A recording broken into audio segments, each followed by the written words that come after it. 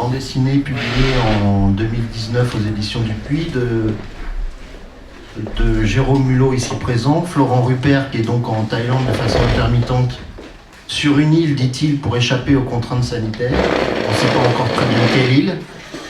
Peut-être l'île au trésor, qui sait. L'île, je dois répondre. Alors, l'île, c'est Koh Phangan. On m'entend ou pas? Très bien, Koh Phangan, pas très loin de Koh Tao, Koh Samui. Exactement. Voilà. Exactement. C'est une île de hippies en fait.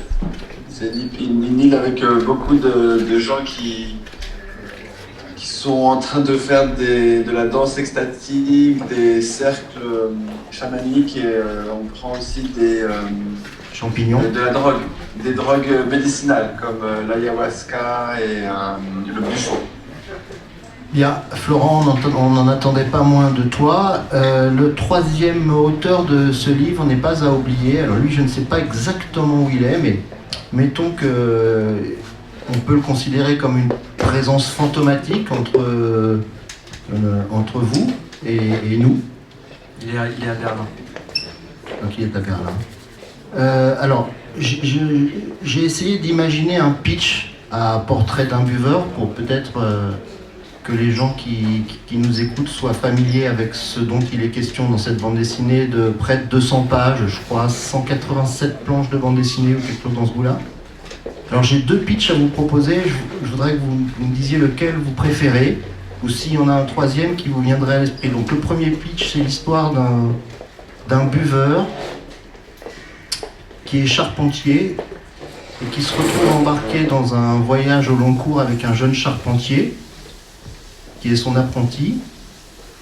Au cours du voyage, il rencontre un bateau pirate dont ils deviennent les obligés, puis s'embarque dans une chasse au trésor au Moyen-Orient, trésor dont ils sont tour à tour les possesseurs, puis dont ils sont dépossédés.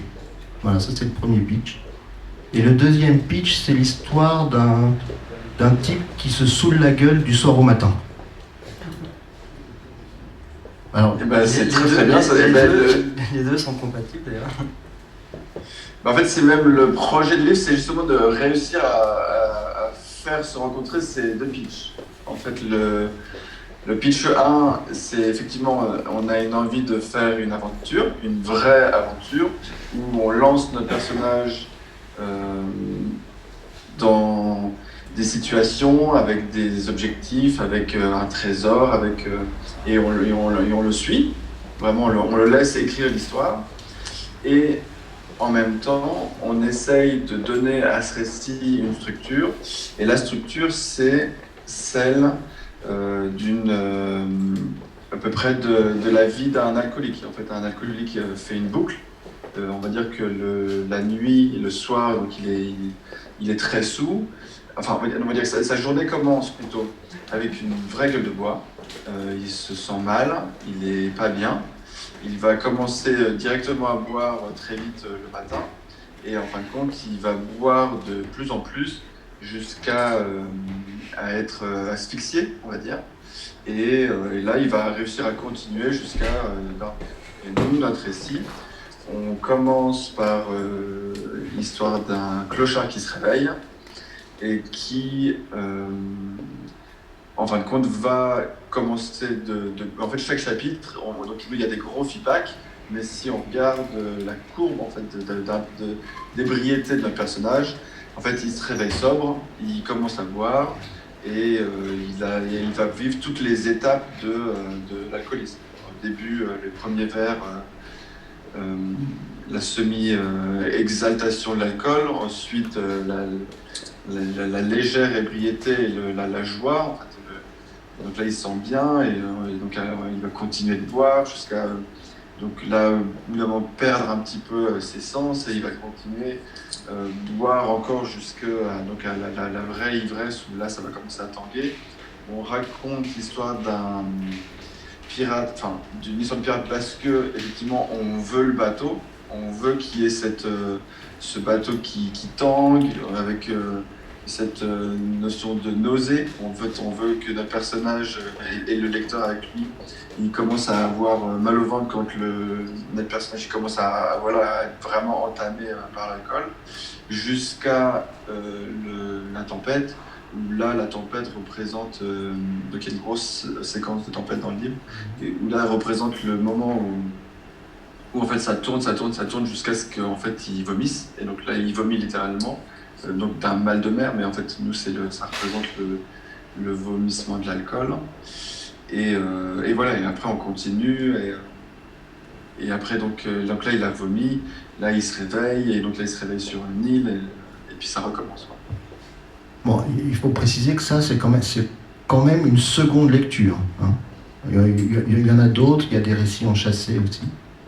Dans les cahiers de la... Là, je parle de la structure de récit, comment on a Ouais, tout à fait. Ouais, avec cette longue scène, effectivement, de vomissement au milieu du livre, des scènes aussi de délirium très minces. Hein, ouais, voilà. Mais de façon plus classique, vous évoquez, je crois que c'est vous, Jérôme, dans le numéro des cahiers de la BD auquel vous avez donné une longue interview, vous évoquez la figure de Stevenson, et en tout cas de ce récit initiatique qui est L'île au trésor. Donc c'est quand même aussi un point de départ, lié à peut-être une alcoolisation, un point de départ à votre idée de récit. Oui, effectivement, c'est une lecture qui nous avait marqué avec Laurent. Et dès l'instant qu'on a commencé à se poser la question du récit de pirate, comment on devait le situer, c'est la première référence qui nous est retenue. Et je sais pas si vous l'avez lu ce livre, mais le livre commence vraiment par quelqu'un qui est un peu comme un clochard qui arrive dans une taverne et qui va s'enivrer, qui va se mettre en colère, qui est un peu malade, il n'arrête pas de tousser, il y a tout un espèce de réalisme comme ça qui est finalement assez surprenante parce que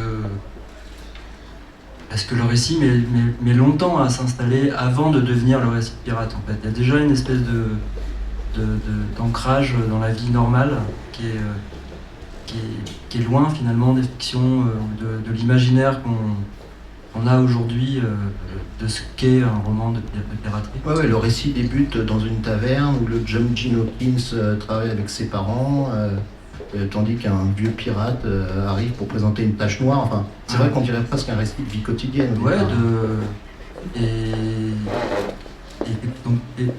et aussi quand on a commencé un peu à vouloir situer le lieu de l'intrigue, on voulait pas partir aux Caraïbes et tout ça, donc on s'est dit allons peut-être dans l'Europe du Nord, Olivier Flamand, donc on a regardé un peu. Moi je m'intéressais aussi aux scènes de genre de la peinture hollandaise, qui coïncide à peu près à ce moment de la piraterie entre 1600 et 1700. Et les peintures qu'on trouve à l'époque, c'est vraiment ça, quoi, des scènes de taverne où on voit de manière assez crue des gens même uriner dans le fond de la peinture, où on voit les gens se rire, se taper sur la cuisse, ou alors au contraire commencer à se battre et tout ça, ou vomir, en étant dans des choses assez triviales et hors fiction, quoi, de manière assez réaliste. Donc on voulait trouver un angle d'attaque pour situer notre récit de manière assez réaliste, même si ça n'en prend pas forcément les formes, parce qu'on permet plein de libertés, notamment le Moyen-Orient, des choses comme ça, mais on voulait l'ancrer dans un truc un peu trivial, de la même sorte que l'alcool est quand même un sujet finalement assez trivial et universel. Ok, il y a aussi l'impression que vous vous servez de ces codes inventés par Stevenson. Bon, il y a eu des récits de pirates avant Stevenson, mais c'est vrai qu'il a codifié largement le genre. D'ailleurs, on reviendra, parce que j'ai retenu une expression de Florent Rupert sur la façon de mener le récit en suivant le buveur. Stevenson a écrit L'île au trésor en dessinant une carte et en imaginant pour son beau-fils des aventures au jour le jour qu'il écrivait avant de détruire une première fois le manuscrit et de le réécrire brillamment. Mais il y a quand même tout un tas d'archétypes qu'on retrouve dans votre bande dessinée. Hein, le perroquet... qui sont les clichés d'aujourd'hui du pirate, la jambe de bois, les vêtements déchirés. D'ailleurs, si je peux parler. Oui. D'ailleurs, il y a un truc que moi je voudrais dire sur Stevenson qui a été important quand on a commencé à écrire le livre avec Jérôme Olivier, c'est que on a eu, à la lecture de L'île au trésor, en fait un sentiment que dans son héritage, parce qu'en fait Stevenson, donc, qui n'est pas du tout le premier à écrire des pirates, lui en fait quand il écrit son livre, en fait il y a toute une culture de romans de piraterie et voilà, lui il décrit un peu la Bible. Et en fin de compte, tout le monde ira piocher ensuite dans sa Bible pour écrire tous les récits de piraterie.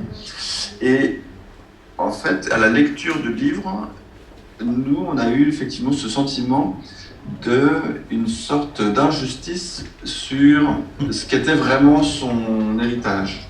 Quand on lit L'île au trésor, nous, ce qui nous a un ingrédient qui est vraiment hyper frappant et beau et en même temps effectivement pas très pas très glorieux, on va dire, c'est l'alcoolisme.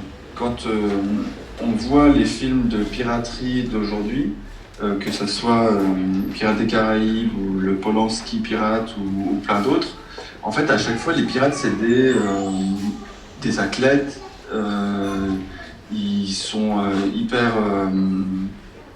bons à l'épée, ils sont courageux, ils sont téméraires. Alors que quand on lit le roman de Stevenson, en fait, ils sont pas du tout comme ça. C'est des lâches qui font tout, qui réussissent à faire toute leur prouesse parce qu'ils sont sous dernier degré en fait dans le livre de A à Z. À chaque fois, ils sont pas juste un petit peu sous, ils sont cramés de chez cramés par l'alcool. Et dès qu'ils ont un break, ils boivent. Dès qu'ils ont une petite pause, ils vont boire. Ils vont faire toutes les lâchetés les plus. Ils vont pas faire ce qu'on leur commande à leur disque pour aller boire en cachette. Et ça, ils ont tous ces maladies du pancréas, du foie. Toutes ces maladies sont hyper bien écrites. Et en fin de compte, c'est effectivement un portrait de gens courageux grâce à l'alcool et qui ont une vie romanesque et un peu folle grâce à l'alcool en partie. Donc quand nous on a commencé Portrait d'un buveur et qu'on a voulu raconter une histoire de pirate, on s'est dit l'alcool sera clairement au centre. Et on a effectivement, ça nous fait un récit avec effectivement un personnage qui ressemble un peu à un oncle qu'on va voir dans la famille qui est alcoolique et avec qui on n'a pas forcément envie d'être assis à côté à Noël. Des personnages qui sont dans nos vies, les piliers de bar qu'on croise, mais dont on ne parle pas vraiment. Donc effectivement, on a un personnage qui... c'est dur de bien l'aimer en fait. Je pense qu'on a fait un livre qui est peut-être un peu... difficile pour certaines personnes pour ça. C'est risqué. Oui. La vraie innovation il y a d'autres risques, peut-être qu'on y reviendra, mais même formellement. La grande innovation de Stevenson, c'est de faire un récit psychologique et de décliner, développer la relation très ambivalente entre un méchant, Long John Silver, donc le pirate en question, et un jeune garçon qui va vivre donc un récit initiatique. Tandis que vous, votre héros, donc, c'est la figure, c'est pire qu'un anti-héros, c'est vraiment l'alcoolique très lâche. Et il y a quand même cette figure secondaire du jeune apprenti qui donne beaucoup de sel au récit, qui donne beaucoup d'émotions, de sensations positives. Donc vous avez quand même aussi adapté cette version-là de la relation entre un maître et son élève. C'est pas exactement ça, mais entre une figure d'autorité, ivre-morte certes, et un jeune apprenti. Ouais, on n'avait pas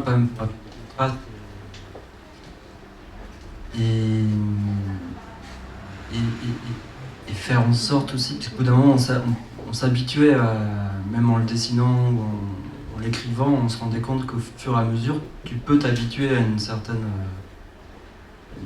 façon d'agir, alors que si tu le mettais en regard de cette naïveté qui elle est la normalité en fait.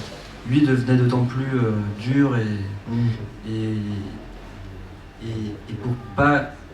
Pas parce qu'au début du récit, quand même, il est vache avec son apprenti. Il lui fait voler du rhum, puis boire du rhum, pour qu'au cas où on découvre qu'une bouteille de rhum a été volée, ce soit lui qui soit accusé. Enfin, il lui fait faire les pires trucs. Il le fait même estropier un type qui a une blessure à la jambe. C'est quand même des rapports assez ambivalents. Ouais, il fallait qu'il salisse un petit peu un personnage, un beau personnage. Ouais. On était obligé de passer par là. Ouais. Alors, on parlait du récit, mais il y a aussi des risques formels. Il y a une question qui m'a toujours brûlé les lèvres à lire vos bandes dessinées. Bon, les premières, et puis ensuite, vous êtes un petit peu départi de cette radicalité qui était à l'œuvre dans vos premières bandes dessinées. C'est cette question du regard. Je me souviens d'une interview de David Chauvel, qui est directeur de collection chez Delcourt, et qui prétendait que le lien qui agit entre un livre, un objet culturel, une bande dessinée, de la photographie, un film, et le spectateur, c'est le regard, quoi. Enfin, c'est les yeux. Hein. Et que le dessinateur qui parvenait pas à inscrire ça dans une continuité narrative ne ferait déjà jamais carrière dans la bande dessinée et n'arriverait jamais à créer un sentiment d'empathie avec son lecteur. Or vous, dès le début de votre collaboration et de vos travaux, vous avez supprimé les regards des personnages. Alors là, c'est pas tout à fait le cas, et dans vos travaux avec Bastien Vives, pas non plus. Le jeune apprenti, il s'appelle Clément, je crois, hein. Le jeune apprenti, au premier tiers du récit, il y a une petite figure comme un cul de lampe où il a les grands yeux grands ouverts et où tout d'un coup on ressent ce qu'il est, alors qu'auparavant c'était quand même un peu plus vague. Mais je pense au pirate, à la figure du pirate, qui est quand même la figure centrale du récit pirate. Chez vous, on ne voit jamais son regard. C'est une difficulté en plus, je trouve, d'identification. Comment vous réagissez par rapport à ça? C'est bien sûr intentionnel, mais vous craignez pas de créer une difficulté supplémentaire? En quoi ça vous est utile de ne pas représenter les yeux des personnages? Le personnage de Guy, on ne voit pas trop son visage, c'est ça? Le pirate. Ah, le pirate, le capitaine. Ouais. Ah oui, alors ça, c'était aussi une question qu'on s'était beaucoup posée. On avait besoin du récit de pirate, effectivement, pour emmener la lecture, pour faire qu'il y ait une histoire et qu'il y ait un récit qui nous porte, parce qu'on ne peut pas juste décrire comme ça quelqu'un qui boit, en fait. Il faut qu'il soit emporté dans une épopée. Mais en s'intéressant à ce personnage qui est une figure assez mineure, en fait, ça serait dans un blockbuster, ça serait le figurant d'arrière-plan, toujours un petit peu flou, qu'on ne voit jamais. Et on serait au contraire centré sur le capitaine, sur les personnages dits principaux. Et on a réfléchi à comment rester à mettre en premier plan un personnage de second, enfin troisième, quatrième plan, pas très intéressant finalement, et que au travers de son récit, on perçoive la grande histoire dans laquelle il est emmené, un peu derrière lui, et puis il est toujours un peu à la traîne, il est jamais au devant, quoi. Mais que tout soit un petit peu flouté en fait, comme si s'il est par terre, on voit que l'histoire, on voit que les pieds s'agiter autour, mais malgré tout, ses pieds et ce qui se passe et ce qu'il va subir va l'emmener de point en point, de chose en chose, va l'amener aussi à devoir prendre des décisions lâches ou courageuses, suivant le point de vue, et à être pris dans l'immédiate, puisque son intérêt est simplement de boire. Ah là, on parlait du pirate, hein, pas de Guy le charpentier. Ouais. Et du coup, le pirate, toutes les figures importantes, la princesse, et tous les autres sont devenus des personnages flous d'arrière-plan, c'est devenu les figurants de l'histoire, même s'ils en sont quelque part les moteurs. Qui soit le bateau, même tous les décors sont un petit peu flous. Enfin, c'est une idée de jungle, c'est une idée de bateau. Le bateau, il ressemble jamais vraiment trop parce que c'est pas si important que ça en fait. C'est l'ivresse de la nuit. Il y a les lampadaires allument la ville, mais tout est dans l'ombre, tout est un peu flou, les façades se ressemblent. C'est important de savoir qu'elles sont en pierre et qu'on est dans une ville et pas sur une plage, mais peu importe la ville, peu importe la rue, peu importe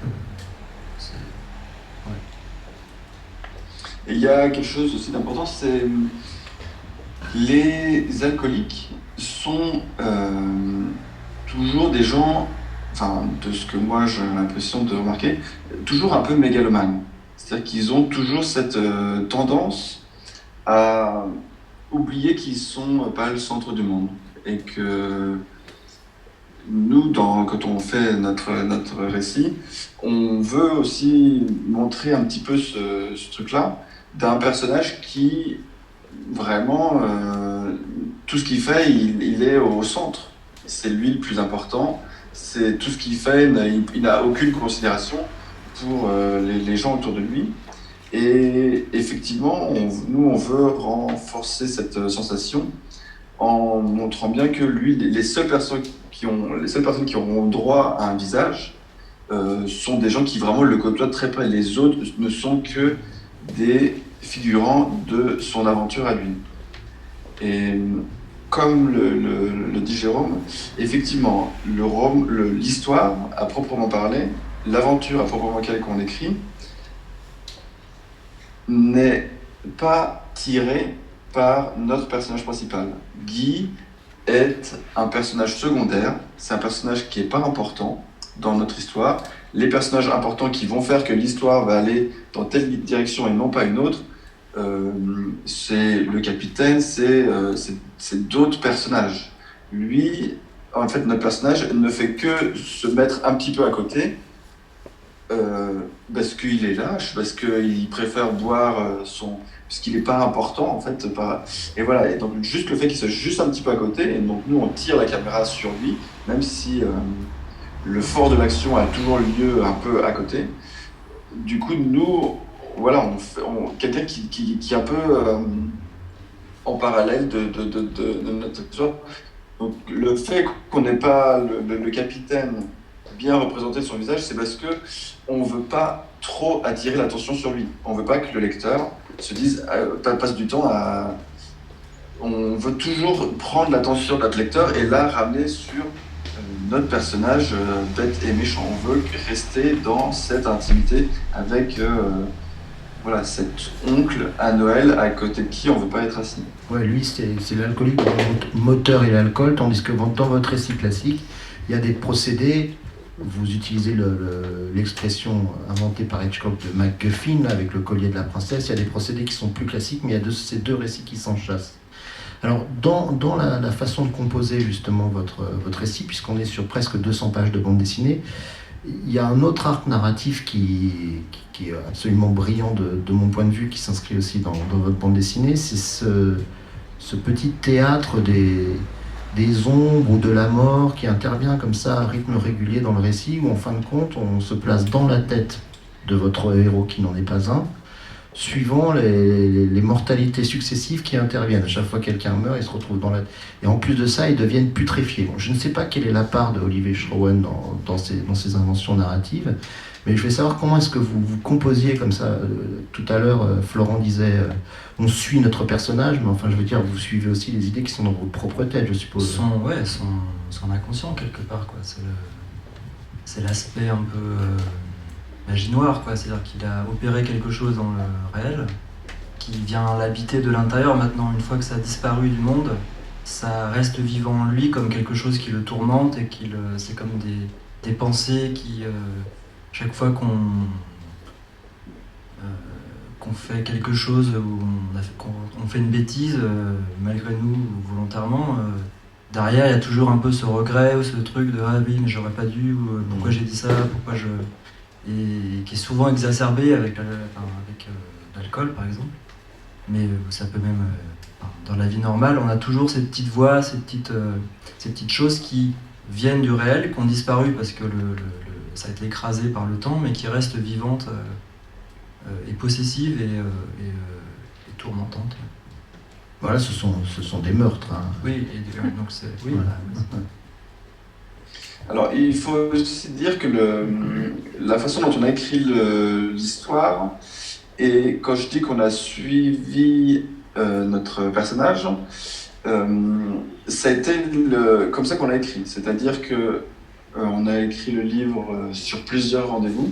on a décidé d'écrire toute l'histoire en entier et ensuite de commencer à dessiner, ce qui peut-être a l'air normal, mais en fait, pour nous, les livres qu'on fait avec Jérôme et aussi Olivier, souvent, en fait, on a l'histoire on n'a pas encore fini de décrire, qu'on commence tout de suite à dessiner.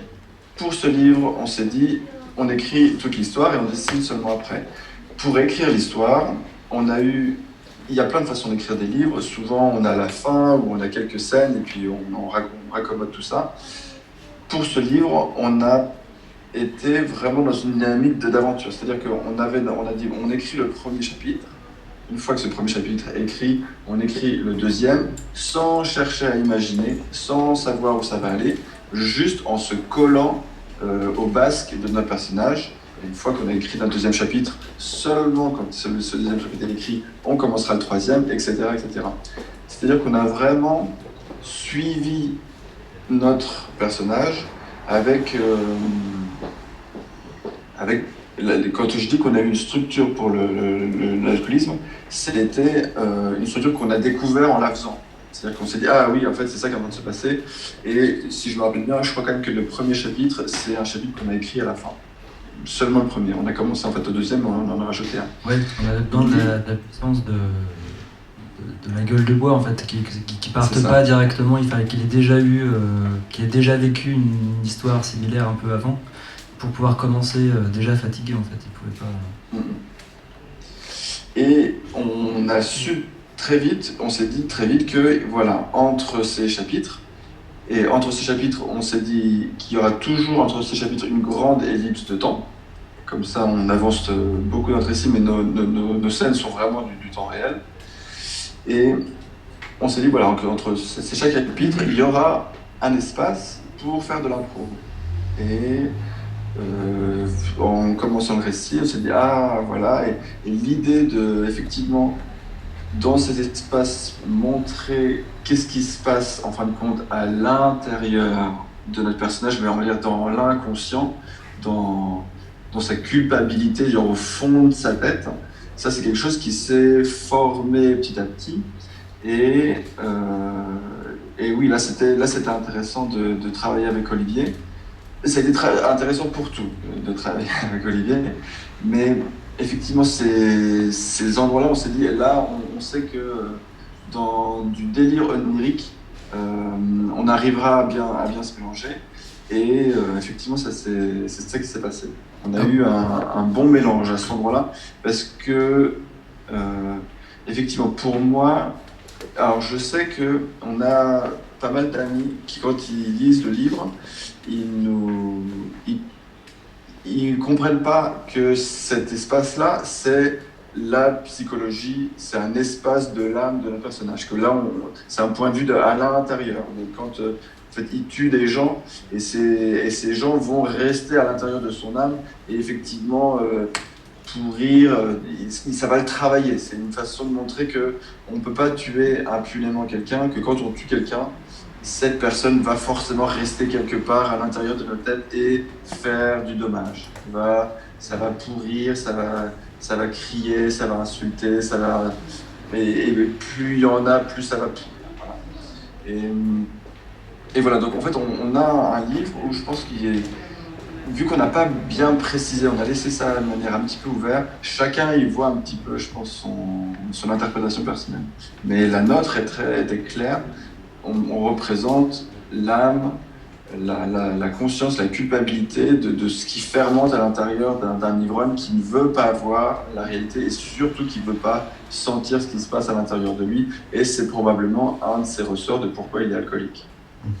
Alors, je voudrais aborder quelques aspects formels quand même, parce que vous avez formé un trio. Bon, déjà, vous avez l'habitude de travailler à deux. Bon, je vais éviter là, exactement de vous demander qui fait quoi. Il me semble qu'au début de votre collaboration, ou en tout cas dans la façon dont vous travaillez avec Bastien Vivès, il y a l'idée qu'il y a les personnages principaux, les personnages secondaires, les décors. Là, sur Portrait d'un buveur, Olivier Schrawen s'est chargé de la mise en couleur. Est-ce que vous pouvez m'expliquer un peu comment ça s'est fait? Par exemple, est-ce que c'est lui qui décide? Il y a quand même des ruptures très fortes de colorimétrie, ou en tout cas même à certains moments sur des mêmes pages, les images sont en noir et blanc, d'autres fois elles sont en couleur. Techniquement, comment ça a été réalisé entre vous? J'ai entendu parler de feutre, de scannage, de copiage, de rescannage, de découpage, de gouache, d'acrylique. C'est un beau merdier, mais en tout cas, j'ai lu dans une interview que vous aviez donnée que vous prétendez travailler beaucoup sur les images en amont, même énormément, et à la fin, c'est prêt à être encadré. Moi, j'aimerais bien savoir comment vous faites. Ah oui, bah non, là, justement, sur ce projet-là, c'était pas le cas. Même l'expo en témoigne très bien. Moi, il y a des images... faudrait que je te les prenne en photo, Florent, effectivement, que j'avais jamais vues, en fait. C'est des images qu'Olivier a faites avant ces transformations et qui sont... en gros, on a travaillé ensemble, on a fait des documents au trait, donc plus ou moins à l'encre et plus ou moins au crayon. Et Olivier, après, avec toute sa poésie, sa force, s'est accaparé le projet pour nous proposer une version colorée. Mais c'est pas juste... souvent, quand on colore en bande dessinée, on place le trait en premier, en haut, et les couleurs sont toujours un petit peu en dessous. Lui, il n'a pas fait ça, il a fait les couleurs au-dessus, donc il n'a pas eu peur, quelque part, d'effacer aussi ce qui avait été fait.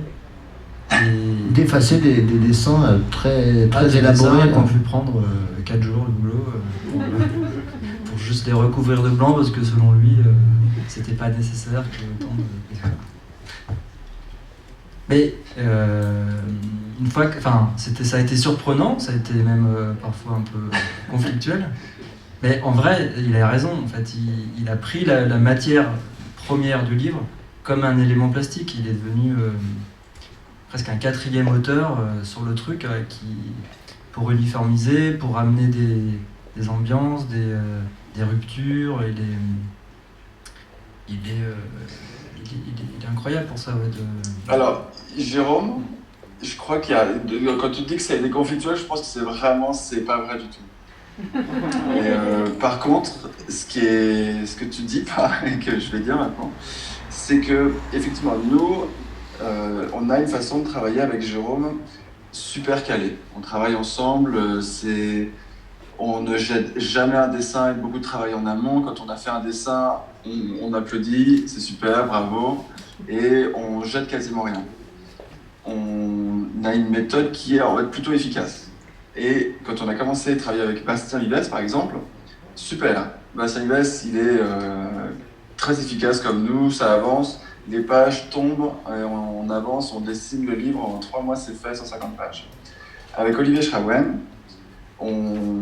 donc on est motivé pareil, on se dit que ça va être la même chose, on a déjà travaillé avec Bastien, on se dit que ça va aller vite, et effectivement, on envoie des pages à Olivier, et il recouvre tout de plâtre, de gouache, et puis surtout il nous refait faire des milliers de fois les pages.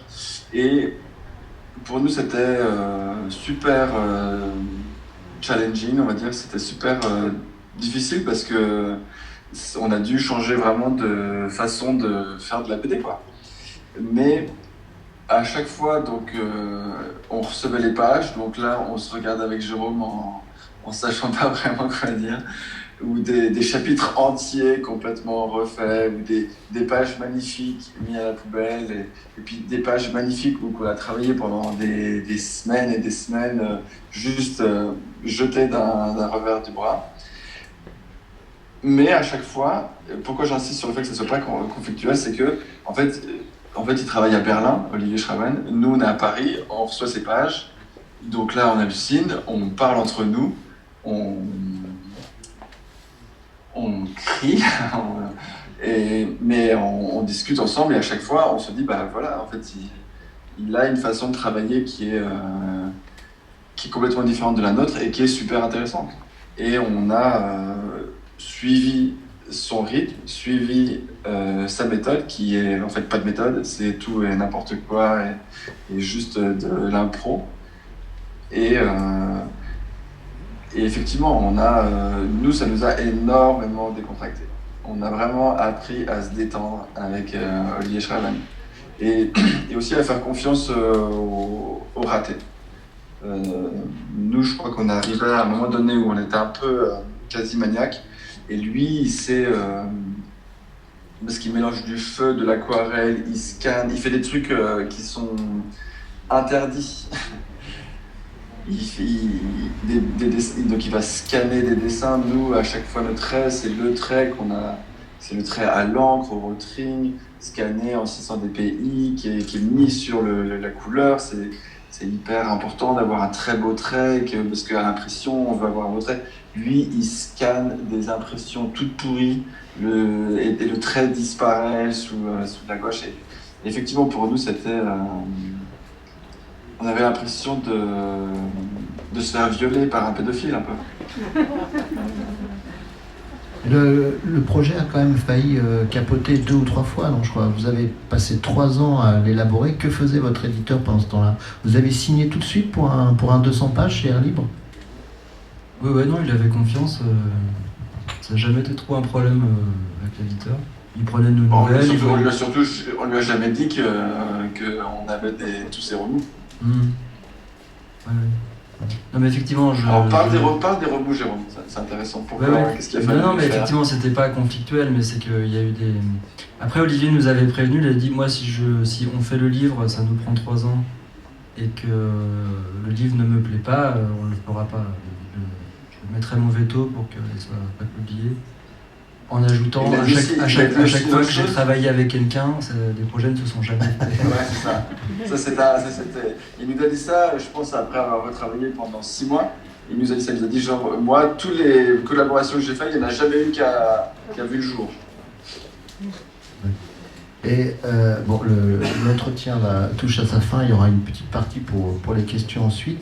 Ça m'amène quand même à évoquer avec vous le prochain projet, par curiosité. Je pense que vous êtes là tous les deux aux manettes. J'ai entendu dire que vous aviez signé chez Dargaud pour une trilogie, le pays merveilleux ou le pays des merveilles, non? Une sorte de cycle écologique à la Miyazaki. La part merveilleuse. Ah, la part merveilleuse. Vous en êtes où? Parce que ça devait sortir en 2020, je crois. Voilà, ça a été décalé d'une année pour les raisons qu'on vit en ce moment, mais aussi parce que... donc le premier tome, voilà, le premier tome est prêt. On est en train on est à la moitié du second, on va dire, et le troisième est en finalisation d'écriture. Et le travail avec Schrowen a influencé la production de ce projet-là? C'est en couleur? C'est en couleur, oui. Et ce sera une mise en couleur extérieure? Non, c'est nous qui nous en occupons. Peut-être que ça nous a donné envie de nous accaparer plus nos projets, ouais, effectivement, de plus mettre le nez dans cet aspect-là en tout cas. Mais ça sera plus Rupert et Mulhouse traditionnel, j'ai envie de dire, qu'une expérience graphique similaire à celle d'Olivier. Avec un trait scanné à 600 dpi, voilà. Mais un trait peut-être parfois un peu plus malhabile, non? Vous avez peut-être moins peur de ça? Non, je crois qu'on est revenu à quelque chose au contraire, de plus structuré. Il a besoin de se soigner un peu. De rester sobre. Du reste, j'ai noté que votre livre, c'était très éclairant d'évoquer le fait que vous avez écrit et dessiné la première scène, la dernière scène en même temps que la première, si j'ai bien compris. Parce que le livre se termine comme il recommence. C'est ça, oui. Je ne sais pas si vous, dans l'abécédaire de Gilles Deleuze, au mot A comme alcool, selon Gilles Deleuze, l'alcoolique est celui qui ne s'arrête jamais de boire son dernier verre. Donc j'ai trouvé que votre livre était un témoignage de ce concept assez fort. Et on a tous très hâte de vous retrouver de façon peut-être un peu plus stricte sur votre prochaine bande dessinée chez Dargaud, enfin une trilogie. Est-ce que vous avez des questions à poser peut-être?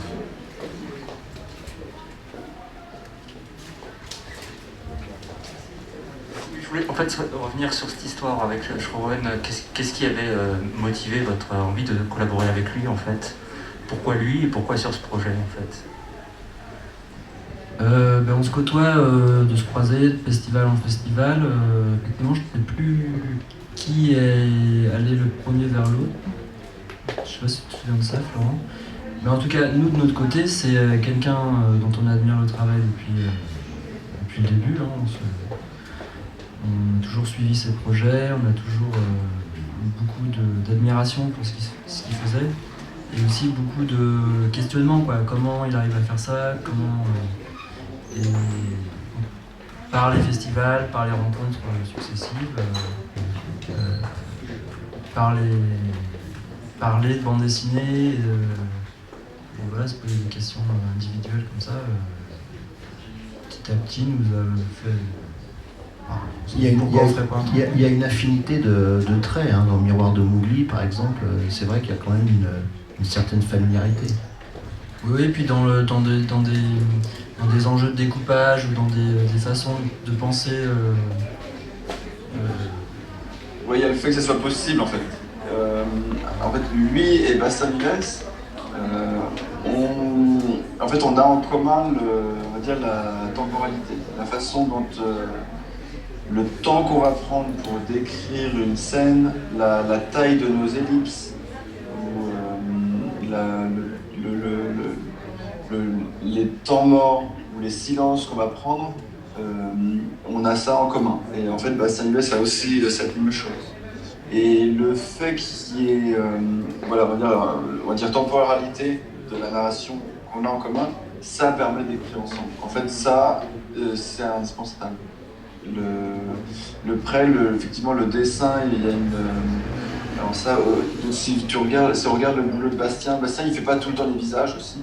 Il a une envie de communiquer un petit peu ce que les personnages par le corps. Il a une envie de corps. Et Olivier Schraven, pareil. En fait, si tu regardes Arsène Schraven, pareil, il veut se débarrasser aussi des visages. Et pour qu'on revienne un petit peu au corps. Et nous aussi, c'est un truc qu'on a en commun. Et en fait, du coup, une fois qu'on a tous cramé qu'il y avait ces points en commun, et le fait qu'il y ait l'admiration de duel, ça c'est important. Du coup, c'est ça qui permet en fait la collaboration. Il faut qu'il y ait ces ingrédients. Le fait d'admirer et le fait d'avoir une narration un peu en commun et un dessin pas si éloigné. En fait, un dessin qu'on va pouvoir facilement se mélanger. En fait. Oui, on parle un peu la même langue, quoi. Il y a beaucoup de langues en bande dessinée. Et là, on voit qu'on peut mettre des phrases à l'intérieur de ces phrases et que ça reste cohérent et compréhensible des deux côtés. Communication. Par exemple, Tintin et Sfar, c'est des personnes avec qui, RG et Sfar, on ne pourrait pas. Il y a une façon de raconter qui n'est pas du tout la même que la nôtre en fait. Une utilisation de la voix off ou des dialogues. Vous ne pourriez pas refaire un Blueberry, par exemple. Mais ça se voit même on ne pourrait pas refaire un Blueberry. Ouais, parce que Blueberry, c'est une semaine de scénario, ensuite une semaine pour... c'était comme ça que Charlie et Giraud travaillaient. Ça, c'est vrai que ce serait une forme d'impossibilité, mais même dans le ton et le vocabulaire, je trouve. Hein. Vous n'hésitez pas, Vives, Schraven, vous et pas mal d'auteurs maintenant de la nouvelle génération à incorporer par exemple des éléments de vocabulaire hyper modernes dans des récits anciens. C'est quelque chose qu'on retrouve dans toute une forme de... Ouais. Et aussi, effectivement, comme dit Florent, la temporalité de l'action, c'est comment se découpe une page et comment l'action avance à un certain rythme. C'est qu'il y a les ellipses dont parle Florence, c'est l'enchaînement de l'action d'une case à l'autre. Et dans un Blueberry, effectivement, il y a des moments ramassés sur une case où il va y avoir une action un peu découpée. Mais sinon, ça reste des moments un peu clés, mais assez éloignés ou assez... il ne va pas y avoir 10 pages... non, si, il y a des contre-exemples. Mais... Il n'y aura pas 10 pages de beuverie dans un bateau pendant une tempête. Ouais.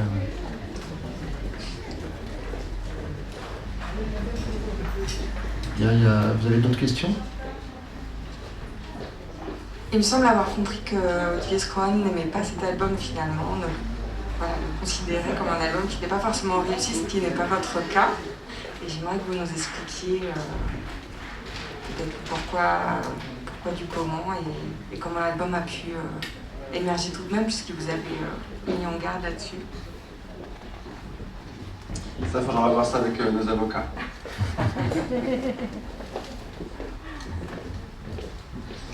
Ouais, ça c'est quelque chose qui pour moi est très lourd sur mon cœur. Le fait que à la fin de cet album, Olivier Schraven ils disent ouais j'aime pas ce bouquin. Moi ça me perce le cœur, vraiment j'ai jamais compris pourquoi. Et effectivement moi j'aime ce bouquin à fond, je l'adore. C'est un de mes bouquins préférés qu'on ait fait. Et ouais, non, ça, j'avoue que je n'ai pas la réponse à cette question parce qu'en fin de compte, même quand je lui pose la question, en fait, il ne sait pas y répondre. Lui-même. C'est vrai que dès l'instant qu'on travaille pas tout seul, bon, nous on travaille pas tout seul tous les deux, mais c'est comme si on travaillait tout seul un petit peu. C'est notre projet. Il y a quand même toujours des choses qu'on est obligé de lâcher un petit peu, quoi. Sur un projet collectif comme ça, il y a une part il faut lâcher un peu d'ego pour mutualiser des choses et faire en sorte que ça soit commun et que ça soit pas qu'une couverture. Parce que si tout le monde tire sur la couverture, ça sera plein mais ça fonctionnera pas. Et peut-être qu'il y a des choix, des choses qu'il aurait aimé davantage creuser, pousser, je sais pas. En tout cas, je sais qu'il s'est battu parce qu'effectivement, il nous a fait beaucoup retravailler des choses. Je pense qu'on est aussi allé au bout de ce qu'on pouvait faire ensemble. On n'a pas eu peur de travailler, quoi. Mais peut-être qu'il y a un manque, qu'il avait une aspiration peut-être plus forte. Et peut-être que ça aurait pris encore 3 ans et qu'au final il serait pas content aussi. Donc c'est aussi un éternel insatisfait. Je crois qu'il cherche. C'est structuré. Enfin, il y a des gens qui sont plus joyeux, il y a des gens qui sont plus angoissés. Structurellement, j'ai l'impression qu'il a plus une façon comme ça de... C'est un moteur aussi pour continuer à faire des choses, pour chercher un peu il cherche une forme d'absolu. Moi je sais qu'il y a une case qui pour moi résume, je crois, assez bien la beauté du livre. D'ailleurs elle est dans l'exposition. C'est au cœur de la tempête, je sais plus si c'est avant ou après les feux d'artifice, commence à pleuvoir.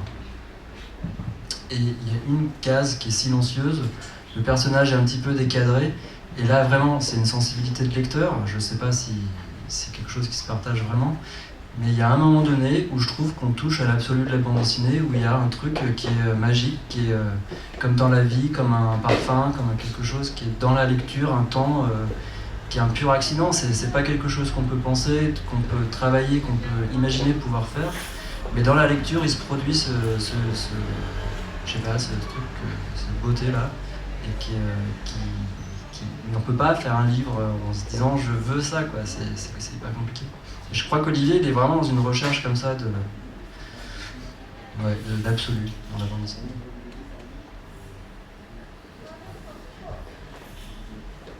Bien, personne n'a rien à ajouter. Je vous remercie d'avoir assisté à cet entretien et je vous conseille la lecture de ce qui est pour moi jusqu'à présent le livre le plus abouti de Rupert Émulot et Olivier Schraven. Merci beaucoup.